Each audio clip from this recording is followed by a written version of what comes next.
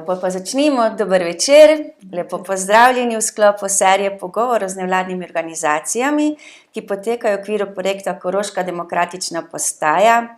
Namen projekta je opolnomočenje v najširšem smislu in je podprt s strani programa Active Citizens Fund v Sloveniji.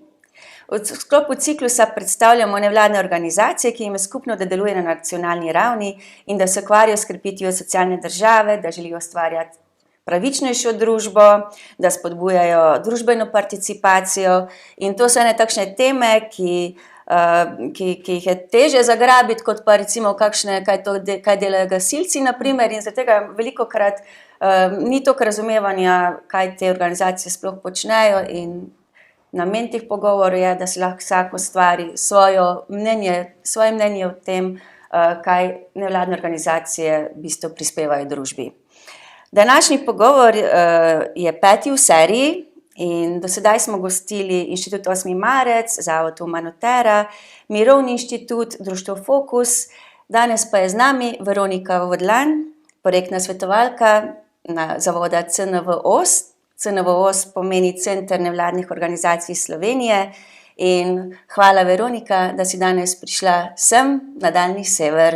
Najlepša hvala za povabilo. Hvala tebi. V glavnem CNVOS je krovna mreža slovenskih nevladnih organizacij, ki jo je leta 2001 ustanovilo 27 nevladnih organizacij in danes združuje več kot 1600 različnih zvez in posameznih društev, zavodov, ustanov. Kot sogovornik in podpornik pa sodelujete z več kot 27,000 organizacijami. Impresionantna številka. Res je. Ja, torej s svojim znanjem in izkušnjami strokovnjaki s področji zagovorništva, prava, vodenja projektov, financ in komuniciranja slovenskemu nevladnemu sektorju zagotavljate pomoč na najrazličnejših ravneh. Med drugimi so tudi zagovorniški nevladni center, nacionalno izobraževalno svetovalno središče, torej, kot sem rekla, impresionanten obseg dela, a bi morda povedala kaj več sama o poslanstvu, čeprav ga je kar težko zajeti, po mojem ga niti ne moremo zajeti v današnjem pogovoru, ampak vseeno.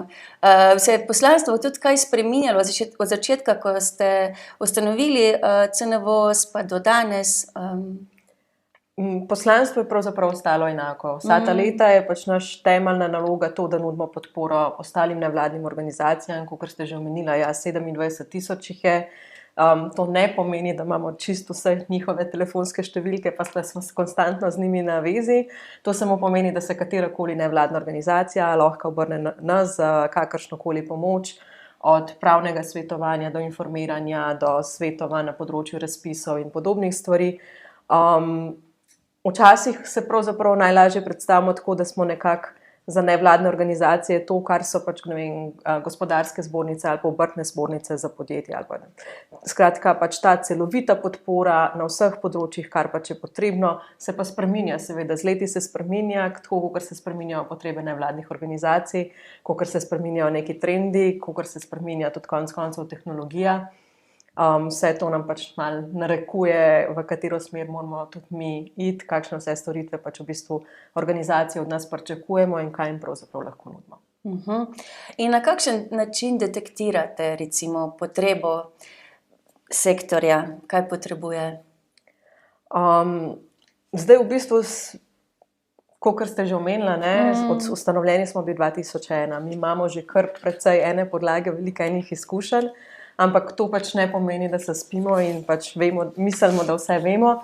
Mi v bistvu konstantno vsako leto vsaj enkrat res celovito, pa potem še na vseh drugih dogodkih, kjerkoli smo, oziroma karkoli organiziramo, v bistvu zbiramo povratne informacije od samih nevladnih organizacij, kaj so njihove potrebe, kaj bi si želeli, kaj že mogoče dobijo nekje drugje, pa kaj so tiste stvari, ki pač jih še potrebujejo, pa jih drugi ne naslavljajo. Hkrati pa se precej naslanjamo tudi na tujino, na prenos kakšnih dobrih praks iz tujih držav, oziroma iz drugih držav.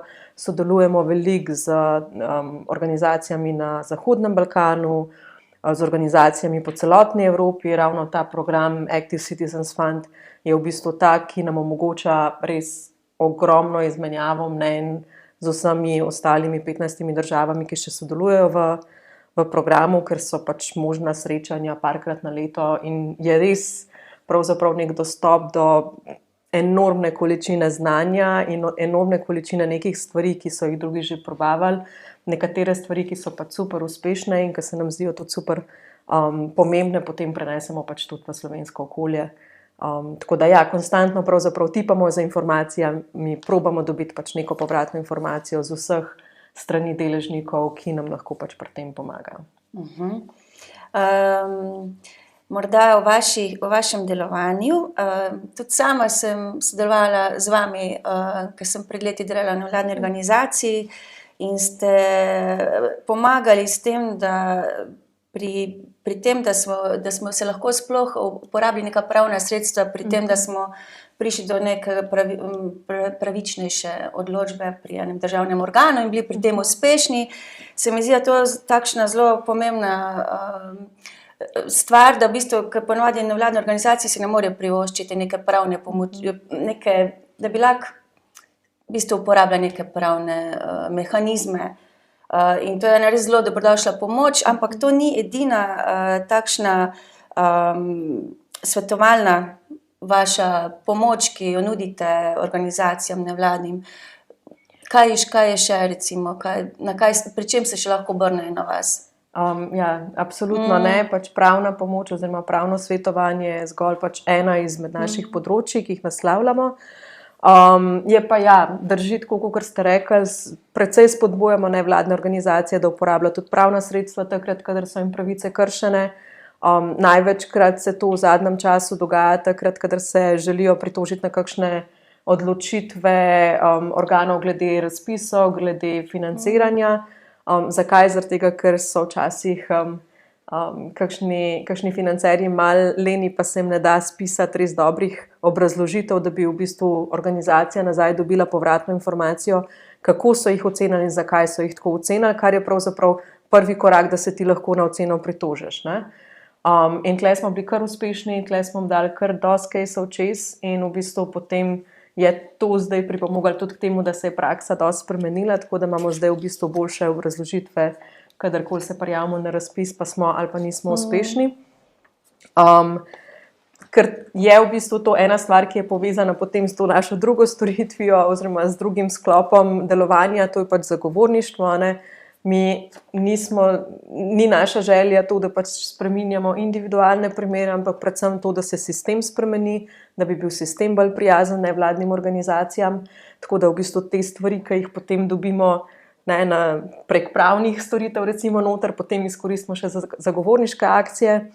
Ampak ja, v bistvu, kakor sem rekla, nudimo različna izobraževanja, informiranja, to, s čimer se lahko pohvalimo na tem področju, recimo, da smo nevladne organizacije v Sloveniji ene redkih, ki imamo poseben portal, ki spremlja razpise, ki so nam na voljo. To je recimo nekaj takega, kar tudi gospodarstveniki nimajo. Ti nimaš celovitega pregleda na tem, na kaj vse se lahko prijaviš. Mi to nudimo. To je sicer, zato je zaslužna moja kolegica Tina Mithans, ki pač res se temu posvetila in gre vsak mesec čez res veliko povezav za to, da lahko potem pač v bistvu vsak teden vas obvesti o tem, kaj se novega dogaja na tem področju in kje vse so pač v bistvu priložnosti za financiranje, tako da to je spet en zelo pomemben sklop. Potem je pa v bistvu še precej nekega svetovanja, čist projektne narave, od tega, kako voditi projektno dokumentacijo, dosti tle finančnih vprašanj, sploh pri organizacijah, ki imajo več različnih projektov in jih je potem malo strah, da ne bi prišli kje do dvojnega financiranja oziroma da ne bi imeli popolnega nadzora nad tem, kaj se jim s financami dogaja in koliko sredstev imajo še na voljo. Pa seveda v zadnjem obdobju, v zadnjih pravzaprav 10 letih, se že res veliko posvečamo tudi temu, da probamo zagotoviti čim več sredstev z različnih virov za nevladne organizacije, ki jih potem prek razpisov razdeljujemo naprej. To je pravzaprav ta nek regranting program, ki je ravno tako pač zelo pomemben. In pa mislim, da je še ena pomembno področje pravzaprav, to je pa nekako promocija ali pa v bistvu bolj neko delovno prepoznavnosti nevladnega sektorja, to, da pač se javnosti pove, da nevladniki niso samo niso oni ta grdi, niso oni, ki nič ne delajo in niso oni, ne vem, ki zlorabljajo evropska sredstva in podobno, ampak da se jim predstavi cela pestrost nevladnega sektorja, da je večje zavedanje tega, da so to tudi športna društva, kulturna društva, glasbena društva, pevska društva, znanstvena društva, konec koncev, skratka, tle paleta je res izjemna. Ja, Koliko vas je zaposlenih? Na CNVOS-u nas je zaposlenih 10 v tem trenutku, ampak ja, ekipa je tam nekje od 9, 10, 11, odvisno malo od obdobja, ampak tako nekje, no. Malo glede na to, kako delamo. Ja, se strinjam. Morda eno vprašanje, na kakšen način pa se financirate vi, oziroma zanimivo je to, da v bistvu vi iščete najbolj financerje, hkrati pa vi financirate prek tudi druge nevladne organizacije. Bi lahko malo pojasnite najprej vaše, potem pa kakšni mehanizmi obstajajo v bistvu za financiranje nevladnih organizacij, kako lahko pristopijo do vas, na kak način pomagate? Ja, načeloma zdaj mi imamo recimo, da te najbolj osnovne storitve CNVOS-a financira Ministrstvo za javno upravo prek sklada za nevladne organizacije, ker se znotraj tega sklada je pač en del namenjen financiranju podpornih organizacij. Z tega vira se financira tako center nevladnih organizacij na nacionalni ravni, kakor potem regionalna stičišča, ki so pa v bistvu neke lokalne enote, ki naj bi pač pomagale predvsem lokalnim društvom, organizacijam, ki so tukaj zraven in naj bi bili pač bolj, zato da bi bili pač bolj dostopni, zato da je pač ta podpora razpršena. Pa hkrati se znotraj tega financira tudi še nacionalna mreža za podporo prostovoljstvu, skratka Slovenska filantropija. To je pač v bistvu nekaj, kar en vir financiranja, ki ga zagotavlja država oziroma ki ga zagotavlja Zakon o nevladnih organizacijah in sklad za nevladne organizacije, ki je pač znotraj tega.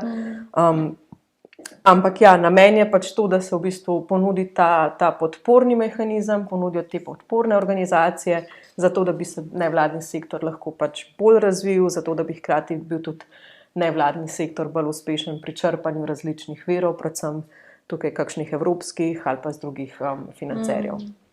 Tako da to je pač ta del naših osnovne servisne dejavnosti, recimo.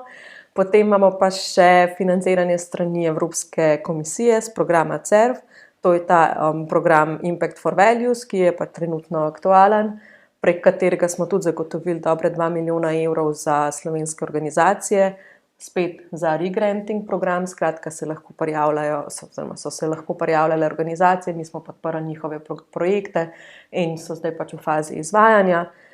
Hkrati pa smo, oziroma se ravno zaključuje, počasi se zaključuje, no, letos je zadnje leto, je pa ta program Active Citizens Fund, ki ste ga pa že omenila na začetku, ki je pa tudi v bistvu zagotovil več kot 3 milijone v zadnjih 4 letih različnim nevladnim organizacijam v Sloveniji.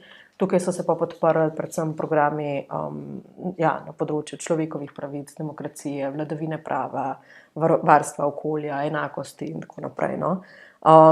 Je res taka zanimiva kombinacija tega, da po eni strani iščemo financiranje za svoje programe, hkrati pa še financiranje za druge programe, za druge nevladne organizacije. Na srečo je v bistvu v zadnjem obdobju tudi Evropska komisija spoznala, da je v bistvu treba podpreti in zagotoviti sredstva za spodbujanje evropskih vrednot tudi v državah, ki so že članice Evropske unije, ker v preteklosti so bili v bistvu to samo programi, ki so bili namenjeni bodočim članicam, ker se je tam smatralo, da je demokracija bolj v razvoju in da rabi ta podporo, no.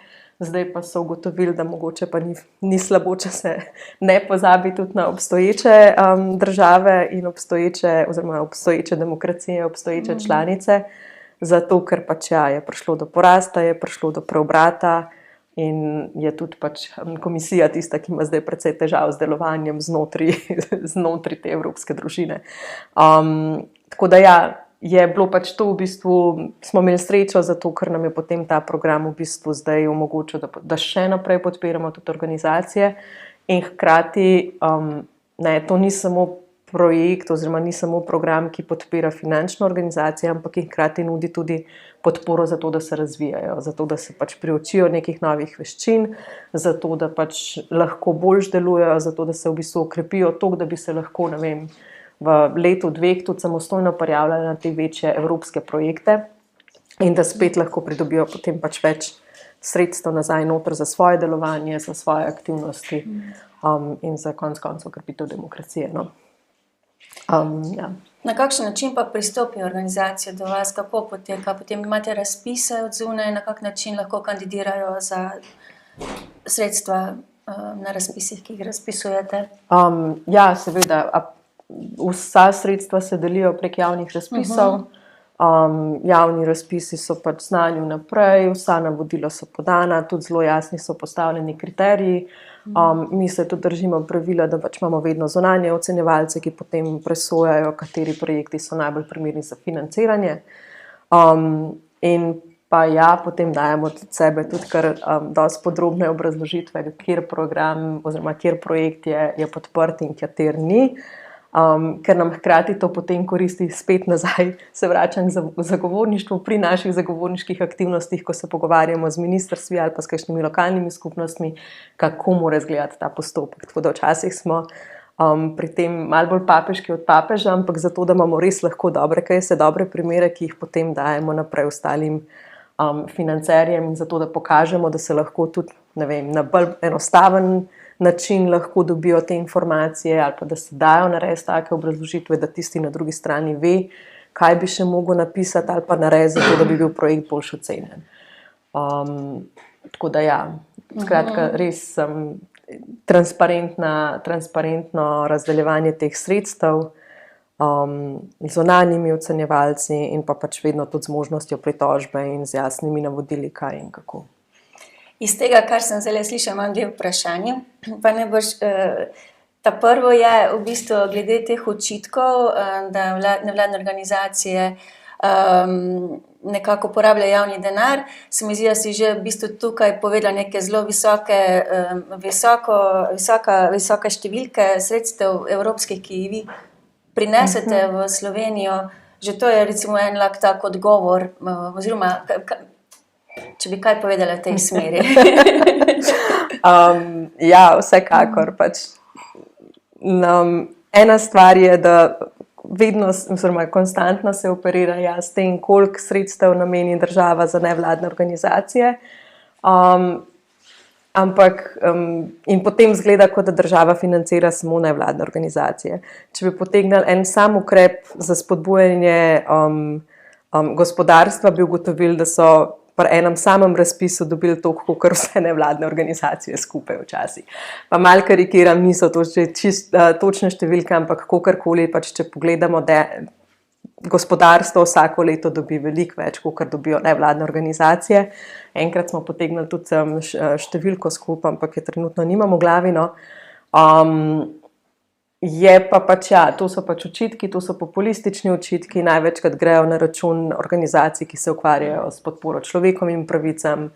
Zadnja leta so najbolj na udaru migranti pa LGBTQI skupnost, tako da pač to je eno izmed orodij, ki jih pač oni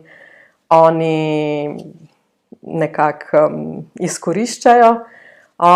Je pa tukaj pač tudi težava na tem, da včasih nevladne organizacije ne znajo dobro skomunicirati to, kaj so naredile, kaj so spremenile s temi sredstvi. In tudi to, da včasih tudi financerji ne znajo dobro preverjati, kaj se s tem denarjem potem dejansko dogaja in ali so bili pač rezultati doseženi ali ne. Ampak vsekakor, no, vsaj kar se pač naših programov tiče, mi zelo usmerjamo organizacije v to, da nam pokažejo, kaj se je spremenilo zaradi njihovih projektov, tudi če je bilo treba malo aktivnosti vmes zamenjati, zato da so prišli do tistega rezultata, ki so si ga želeli. Je pa tukaj seveda stvar, da moraš potem po eni strani veliko več delati, ker moraš veliko bolj spremljati, kaj se s projektom dogaja, kaj se dogaja v skupnosti, kjer se projekt izvaja. Imeti moraš pa seveda tudi to možnost, da v bistvu prilagodiš te stvari relativno enostavno. Ampak to so vse stvari, ki so. Sredstva se absolutno, jaz mislim, da tudi na ostalih razpisih uporabljajo transparentno, povsod je res veliko poročil, res veliko nekega pregleda in nadzora nad tem, kaj se s temi sredstvi dogaja. Tako da jaz bi povabila vse tiste, ki mislijo, da nevladne organizacije nič ne delajo, da pridejo kakšen mesec malo na obisk, pa se lahko pogovarjamo naprej. Ja, dejansko en tak pogled, ki mislim, dejansko prinašate več kot 3 milijone, recimo, ki so imeli evrov, evropskega denarja v Slovenijo, omogočate v bistvu zaposlitve naprej. Mislim, to so vseeno tudi stvari, ki pa se nikdar recimo v javnosti ne govorijo, koliko je v bistvu nekega denarja, pritoka denarja v Slovenijo. Tlej se absolutno strinjam. Tudi v bistvu zaradi Slovenije, v bistvu zaradi načina financiranja oziroma zaradi tega, ker je v zadnjem času spet iz sklada za NVO omogočeno relativno visoko sofinanciranje evropskih projektov, je ena izmed najuspešnejših držav na področju oziroma na programu Creative Europe, prej pač Culture, ker pač smo tisti, ker so slovenske organizacije tiste, ki zdaj končno se upajo prijavljati na programe in so super uspešne. In v bistvu vsakič pripeljejo še enkrat toliko denarja v državo, kolikor ga pač v bistvu dobijo potem za sofinanciranje teh svojih projektov. Tako da tukaj so res res izjemni učinki tega, kar se naredi. Tudi zato, ker pri veliki večini organizacije pač na enega ali pa 2 zaposlenega, potem še 10 prostovoljcev, ki zraven delajo, in to so pač stvari, ki jih pač drugi ne morejo pokriti. Veliko si še v prejšnjem odgovoru govorila o vašem zagovorniškem servisu. Kaj bi recimo, imaš kakšen tak primer, konkreten, enega takšnega dosežka, s katerim se lahko morda v zadnjem času pohvalite in ga izpostavite? Sicer ni čist najbolj, je že zdaj, koliko ima, 5, 6 let, tam nekaj. Vsekakor zakon o nevladnih organizacijah in sklad za nevladne organizacije, ki je pač nastal znotraj tega. To je bila pač verjetno ena izmed naših najdolgotrajnejših zagovorniških akcij, ker smo v bistvu že takoj, ko se sploh pojavila možnost, to pomeni, mislim, da 2007, pojavila možnost, da ljudje donirajo en del svoje dohodnine nevladnim organizacijam, vztrajali na tem, da tudi tisto, kar pač se ni namensko že namenilo posamezni organizaciji, bi mogli biti pač v bistvu še vse namenjen za razvoj sektorja, za razvoj nevladnih organizacij, ker je država po eni strani že rekla, da pač da so to sredstva, ki so lahko namenjena nevladnim organizacijam, ker če bi pač v bistvu vsi izkoristili to možnost, potem pač državi ne bi ostalo nič. Tako da potem, ko je bil enkrat zakon o nevladnih organizacijah sprejet in s tem ustanovljen sklad za nevladne organizacije, je to pomenilo, da tisto, kar je šlo od ostanka, od ljudi, ki se niso odločili, kateri organizaciji točno bodo namenili svojo dohodnino, je šlo pač v ta poseben sklad za nevladne organizacije. In to je zdaj nekaj, kar nam omogoča še vedno relativno neodvisen vir financiranja. Zakaj pravim relativno neodvisen in zakaj še vedno? Zato, ker se mi zdi, da v času vsake vlade po sprejetju je prišel na leto ali pa 2 vsaj enkrat kakšna pobuda, da bi se sklad ukinil, da bi se ta sredstva preusmerila kam drugam. Tako da mogoče je tudi to še vedno ta naš zagovorniški uspeh, da smo ga še vedno ohranili, da jim še vedno ni ratalo ukiniti tega sklada, in tudi to, da ob enem od poskusov sprememb namembnosti tega sklada smo prišli ne samo do tega, da smo sklad ohranili, ampak tudi do tega, da smo povečali procent donacije iz 0,5% na 1%, tako da to so bile take sladke zmage. Tako da mogoče ta je taka najbolj široka zagovorništva, ampak nikakor ni edina. Sploh v času, COVID-a je bilo precej nekih ukrepov, ki so se nanašali tudi na nevladne organizacije, pa smo bili res ful aktivni tam res na tedenski ravni. ali pa dostikrat se je pozabil na nevladne organizacije, pa na programe, ki jih nevladne organizacije izvajajo, ki pa se morajo izvajati še naprej, sploh na področju sociale, ne vem, varne hiše, komune, centri za odvisnike, materinski domovi, vse to, kar pač ne morajo zapreti svojih vrat. Tako da ja, tega je kar veliko. No. Sodelujete tudi intenzivno pri pripravi pomembnih nacionalnih strategij, ravno kar si omenila nekaj programov pa resolucij, tudi recimo pri nacionalnem programu socialnega varstva, operativnem programu evropskih strukturnih skladov in skupaj s partnerskimi organizacijami iz evropskih držav se vključujete tudi priprav politik na ravni Evropske unije. Na katerih področjih delujete na ravni Evropske unije in ali kakšen tak bi izpostavila kakšen konkreten učinek, ki je v bistvu viden za tudi nevladnim organizacijam v Sloveniji? Zdaj mi se na EU ravni se v bistvu vključujemo v oblikovanje politik oziroma zagovorniške akcije posredno, ker smo člani European Civic Foruma, to je v bistvu neko evropsko združenje podobnih organizacij, kot je CNVOS na nacionalni ravni, so oni pač na ravni EU-ja. Tako da v bistvu to sodelovanje več ali manj poteka na način, da mi zagotavljamo informacije o tem, kaj se dogaja v državi, kakšna je situacija, kakšen je sektor pri nas, kakšne imamo, ne vem, številke, prihodke in podobne zadeve. In pa hkrati tudi vedno neke odzive na politike, ki se sprejemajo na ravni EU-ja in kako bi to lahko pač vplivalo na nevladne organizacije v Sloveniji pa tudi v drugih državah. No. Tisto, kar je potem pač tudi vidno, je, da je to tudi pač eden izmed kanalov, kako v bistvu mi lahko Evropski uniji sporočamo to, kaj se dogaja pač pri nas. Dostikrat to potem pripelje do nekega sodelovanja z agencijo FRAL, Fundamental Rights Agency, ki pač je nekako posredno odgovorna tudi za nevladne organizacije oziroma za civilno družbo, za demokracijo, za vladavino prava znotraj Evropske unije, tako da vsakič, kadar je kakšna taka stvar na tapeti, se potem pač znotraj tega angažirajo in se pač potem sproži debata tudi na ravni Evropske unije. No. Taki primeri so bili recimo STA, oziroma ko so ukinili financiranje STA, je bila v bistvu ta komunikacija z agencijo za človekove pravice znotraj, oziroma za Fundamental Rights znotraj komisije, kar precej živa. No. Pa tudi siceršnji pritiski na mediji, pritiski na nevladne organizacije, spremembe zakona, ki so takrat omejevali dostop okoljskih nevladnih organizacij do postopkov,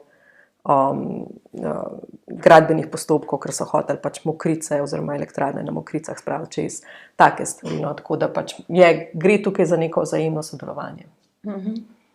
Ko zdaj to poslušam, sem se prav zdaj začela spraševati, poznam, ampak o tem, kakšen profil, kakšne vse profile ljudi pri vas zaposlujete, da se lahko s takšnimi temami, da so pač jim možni se v bistvu s takimi temami soočiti in v bistvu nekaj to narediti. Ja, imamo kar zanimiv profil pravzaprav.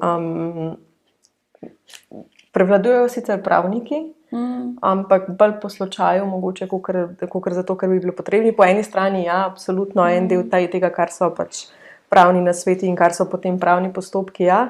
Potem imamo tudi pač vodjo zagovorništva, ki je pravnica, ampak je ona že bolj nepravniška pravnica, skratka bolj človeška pravnica, ali kako že ni toliko samo v tem, kar piše, ampak bolj v duhu tega, kar piše ali pa kar bi mogli pisati. No. Ampak je to super, zaradi tega, ker zna na pravne stvari pogledati z druge perspektive in potem pač kakšno stvar tudi mogoče malo mehčati. Potem, ja, kaj imamo še? Zgodovinarje, umetnostno zgodovinarko sicer še eno, pa nemcistko, komunikologinjo, politologinjo, tako da ja, v bistvu zelo širok nabor različnih profilov, ampak se mi zdi, da bolj kot ta neka formalna izobrazba je pravzaprav pomembno to, kako se odzivaš na informacije, pa s kje vse pridobivaš informacije. No, se konec koncev so to neke take splošne teme, ki so nekje zunaj, za katere lahko dobiš informacije in potem najbrž pride z leti pa s prakso ta širina. Morda, če še ostanemo pri Evropski uniji, ki smo se prej pogovarjali, a imate kakšne preference, namreč zdaj se bližajo volitve, imate kakšne napotke morda za nekega povprečnega državljana Evropske unije, ki se mu zdi nekako oddaljeno, da bi lahko imel preoddaljeno Evropsko unijo, v tem smislu, da bi lahko imel kakšen vpliv na to, na izid volitev? Ja, verjetno so zdajšnje volitve v Evropski parlament ene od najpomembnejših, ki jim bomo najbrž priča.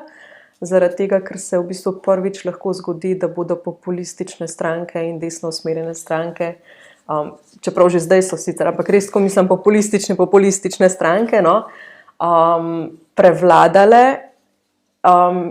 Je pa to zelo pomembno zaradi tega, ker se na ravni EU še vedno sprejemajo najpomembnejši dokumenti, ki so vezani na podnebne spremembe, na varstvo okolja.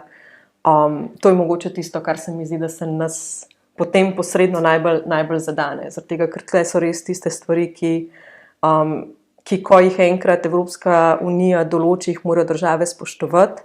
In ne, če tukaj pač potem pridejo do večine ljudje, ki ne priznavajo podnebnih sprememb, znamo imeti kar veliko težavo, kar hitro. Že tako nam ne gre najboljše, ampak ne. Verjetno ste to že bolj obdelali s kakšnim fokusom pa z humanitero.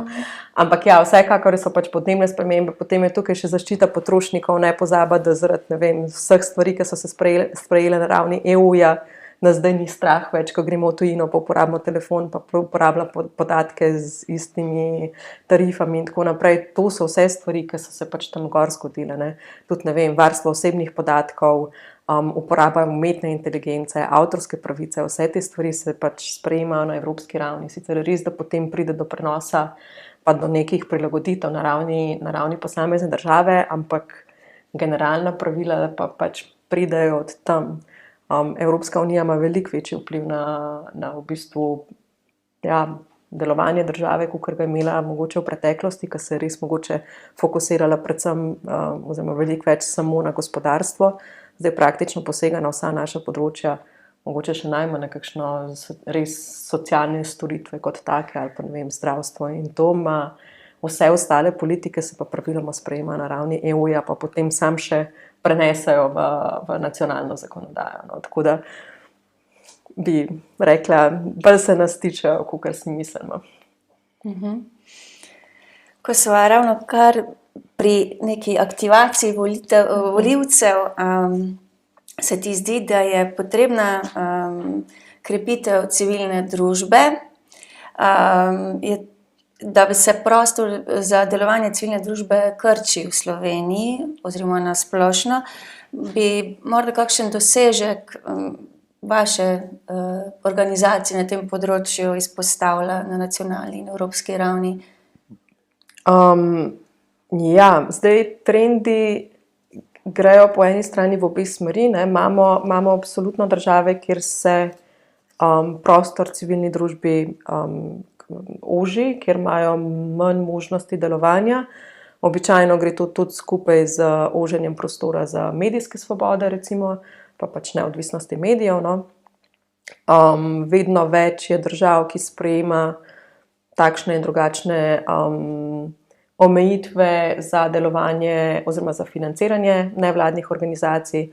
Recimo, ne, postanejo, če so financirani strani samo strani tujine, se že uvrstijo na seznam tujih agentov. LGBT teme so prepovedane, če pač imaš karkoli takega v svojem programu, lahko greš v zapor in podobne stvari. Tako da ja, pri določenih državah, ja, pri Sloveniji na srečo ne. Večkrat se pa to v bistvu najprej kaže z nekim zmanjšanjem financiranja ali pa z ukinjanjem financiranja. Tako da tudi, če lahko rečem, da v Sloveniji pač nismo še tako daleč, ne, Pa upam, da ne bomo, ampak hkrati pa lahko v isti sapi rečem, ampak še vedno pa so poskusi vsakič znova, da se ukine sklad za NVO. Ker je pač na srečo zavarovan z zakonom o nevladnih organizacijah, na srečo zavarovan z nekim neodvisnim verom financiranja, ampak še vedno je pač to samo zakon. Ne? Če pač po kjerikoli vladi uspelo ga spremeniti, potem pač tudi mi lahko ostanemo brez tega in to je že res kar velik poseg potem v nevladne organizacije. Ne? Pri ostalih državah gre dostikrat tudi za razne ovire pri sami registraciji, potem, ne? Pri nas je zelo enostavno ustanoviti, ne vem, društvo ali pa zavod ali pa karkoli, kje drugje pa od tebe potem že zahtevajo milijon nekih dokazil, lahko tudi omejujejo, kdo lahko, kako lahko, s katerimi temami se lahko ukvarjaš in podobno. Tako da ni enoznačnega odgovora, no. Je pa vsekakor fajn vedeti, da se pa v določenih državah tudi v bistvu stvari spreminjajo zdaj na boljše. Ne. Imamo pač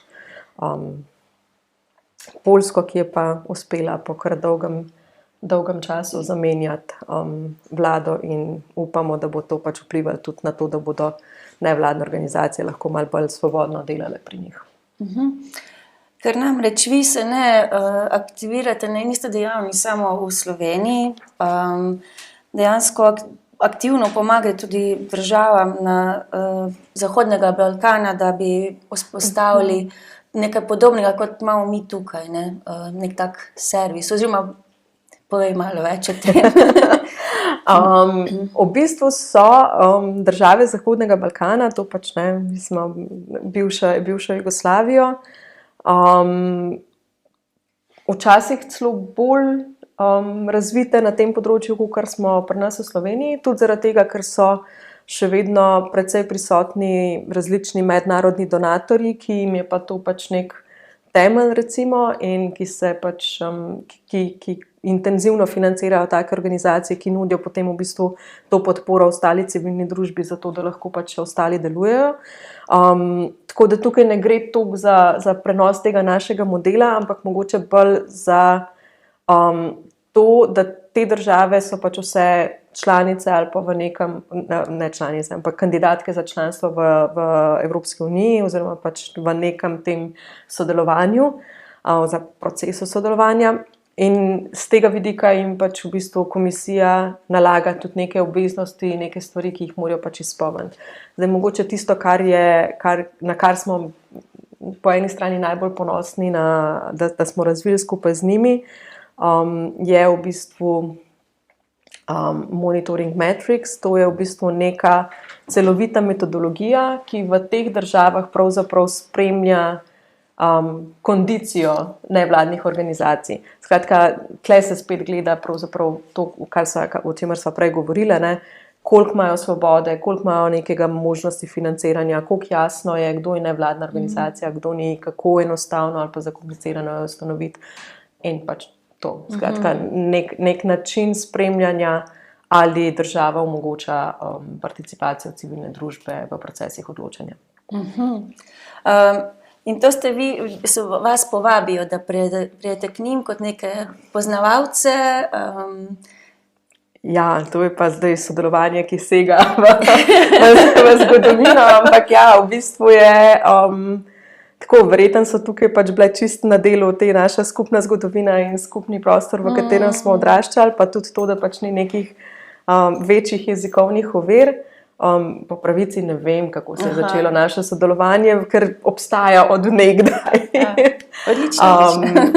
In je to pač nekaj, na čemer delamo, ker pač pride tukaj do dosti izmenjave izkušenj, tako z ene kot z druge strani, pa kakor sem rekla, ne, v bistvu te države so na marsikaterem področju bolj razvite zaradi prisotnosti mednarodnih donatorjev, ki jih pa pri nas recimo nikoli ni bilo, ne? Ampak oni so že leta nazaj imeli, oziroma še vedno imajo to institucionalno podporo celotni organizaciji, da organizacija v bistvu dobi sredstva za izvajanje svojega programa, ne pa posameznega projekta, ne? Ampak samo za delovanje, samo za to, da lahko v bistvu so. Tako da marsikakšno stvar potem sploh na področju regrantinga probamo tudi od njih dobiti, tudi od njih se pač naučiti, pa v bistvu nam potem spet služi kot zagovorniški primer. Seveda mi tudi to rabimo, če imajo pa oni, ne moramo biti slabši od njih, a ne. Včasih pomaga. A je takšna organizacija, kot ste vi, a je to unikum v mednarodnem prostoru, a je to nekaj običajnega, da je v bistvu nevladna organizacija nudi podporo, pomoč, da je nek center nevladnih organizacij, ki nudi ostalim nevladnim organizacijam pomoč? V bistvu je to kar nekaj dosti pogostega, sicer mogoče nimajo čisto enake strukture ali pa ne deluje čisto na vseh istih področjih, ampak ja, so pač to podobne mreže oziroma podobne organizacije obstajajo tudi v drugih državah. Dostikrat so zraven potem še tematske mreže, da pač združujejo, ne vem, organizacije na področju okolja, organizacije na področju zdravstva, organizacije na področju sociale, športa in tako naprej, ker konec koncev se imamo tudi Košarkarsko zvezo Slovenije, pa odbojkarsko, pa rokometno, to je pač še vedno združujejo znotraj tega, pa ne vem, vsaka po 100 verjetno nekih lokalnih košarkarskih društev in podobno. Skratka, skoraj vedno je tukaj zgori še neka organizacija, ki nudi to podporo zaradi tega, da se pač v bistvu centralizira nek, recimo temu, administrativni del ali pa informacijski del, da ne rabi tega vsak delati zase posebej, ne. En velik del bremena se pač pravzaprav potem prenese na to mrežo. Zdaj pa iz mednarodnega gremo k nam, v koroško okolje in počasi proti izteku tega pogovora. Tukaj vračamo se k iniciativi Koroška demokratična postaja, v okviru katere tudi poteka današnji pogovor, in sicer so v okviru večletnega izvajanja tega projekta organizacija RAUM-AU zaznala potrebo po neformalnem družbenem političnem izobraževanju civilne družbe strani civilne družbe, in da bi to potekalo na način, da se v lokalnem okolju vzpostavi nek javni servis, ki bi na redni osnovi ponujal aktivnosti, ki bi prispevale k opolnomočenju občanov v najširšem smislu. Od približevanja aktualnih družbeno-političnih tem do pomoči pri individualnih stiskah, pri soočanju z birokracijo, in takšen servis bi na nek način opismenjeval in tudi pomagal pri tem, da se aktivira lahko in udejanja neko to aktivno vlogo državljana. Z vašega vidika, kako ocenjujete takšno idejo, takšnega javnega servisa? Ste morda že kjerkoli to zasledili morda? Zdaj prav v takšni obliki, kakor je Koroška demokratična postaja, ki res v bistvu naslavlja celo paleto spet praktično brez omejitev, kdorkoli potrka na vrata je dobrodošel in se potem pač iščejo načini, kako mu pomagati. Kakor sem že prej omenila, imamo pač tudi regionalna stičišča za nevladne organizacije, ampak spet to je recimo malo bolj fokusirano samo na nevladne organizacije ali pa na osebe, ki želijo ustanoviti nevladno organizacijo. Čeprav dostikrat se v praksi zgodi, da so tudi nekakšni taki lokalni promotorji kakršnega koli aktivizma, družbenega udejstvovanja oziroma udejstvovanja v tem javnem življenju. Tako da bi bilo prav veliko nekih takih toliko širokih organizacij ali pa pobud, ne, absolutno ne. Je pa ja, razvidno iz vsega, kar se je zgodilo že in kar se še dogaja v okviru Koroške demokratične postaje, da je definitivno to neka koristna zadeva. Videti je, da je bilo pač tudi zelo dobro sprejeto strani lokalne skupnosti in strani posameznikov, ki pač jih je vedno več, ki se obračajo sem za pomoč, tako da ja, jaz upam, da je to nekaj, kar se bo lahko ohranilo. Hvala. Veronika, bi želela še karkoli dodati? Se vem, da je veliko za dodati, ampak na primer. Pa v bistvu mislim, da sva kar obširno obdelala, ja, tako da jaz se lahko sam še enkrat res zahvalim za povabilo, pa da je bilo zelo prijetno z vami malo poklepetati. Hvala, da si prišla. Hvala tudi vam, da ste prišli, pa še na veliko uspešnih sodelovanj. Hvala.